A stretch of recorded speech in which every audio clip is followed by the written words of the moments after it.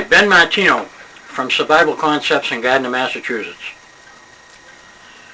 Today is January 28th, and the last couple of days we've had some ice storms.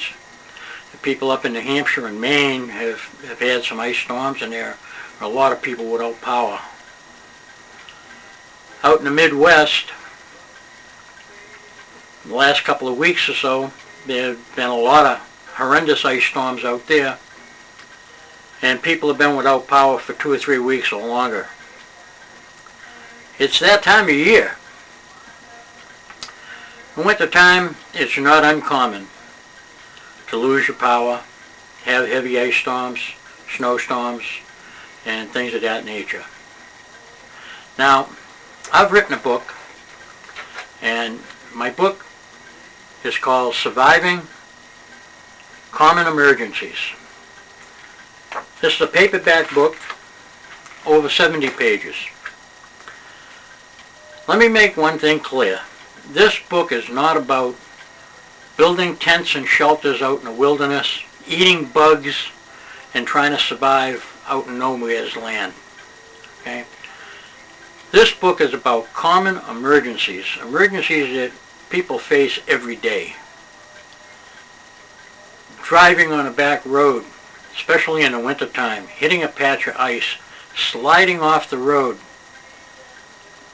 getting stuck, not having any cell service in that area, and no way to contact people to come and help you.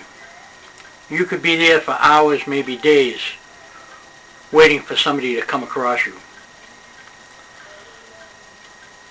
What happens if you have to evacuate your home? Well, in most cases you may have only 3 minutes to get out because of a wildfire, a tanker truck that's overturned, or maybe a train that has gone off the tracks and hazardous material is involved. There are a number of reasons why people end up having to evacuate their houses. Or a situation where it's winter time, you're going to survive in place. There's a storm coming, a big snowstorm, maybe an ice storm or whatever. You're going to lose your power, but you're going to stay home. Okay? Now, a lot of people have fireplaces, wood stoves, generators. They don't have a problem during these times. People like myself who live in veterans housing, or people who live in condominiums, apartments, and apartment houses, they don't have the right to have a generator. They don't have fireplaces. They don't have wood stoves, okay? And like where I live, everything is electric. When we lose the power, we're pretty much sunk. Now, my book will show you how to get through all of that. Even when you don't have power and your heat can't go on, how can you stay warm? How can you heat portions of your house that you can stay in that will keep you warm? How to keep your refrigeration going, even without power. Things of that nature. All types of things that happen in common emergencies. How to get through them. What should you have in your house all of the time? What should you carry in your car all of the time for emergencies? How should you be prepared if you have to evacuate your house? All of these things are covered in my book.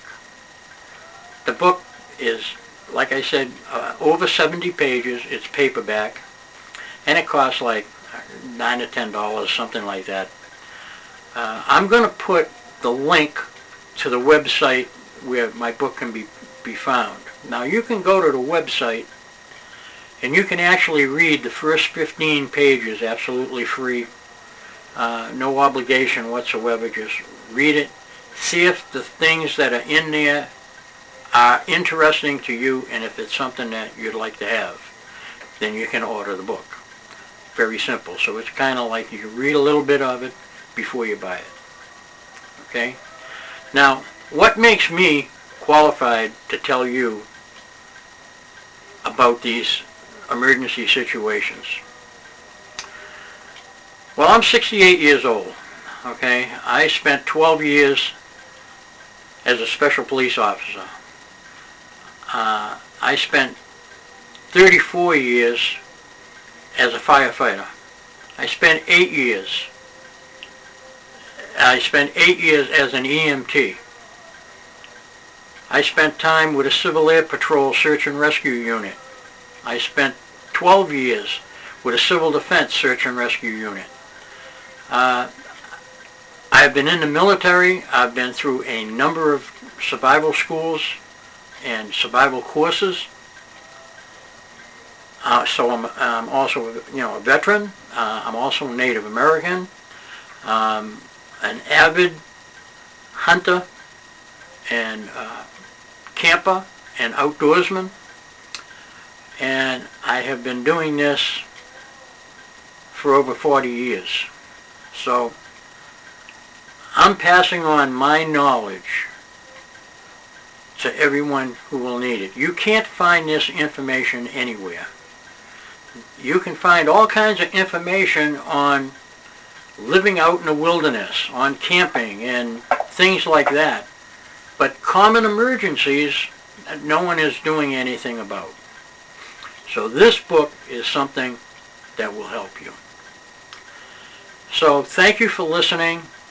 I'm going to put the link in the comments below, and I hope you'll take a look at the book, and if it's something that you think you'd like, then I hope you buy it.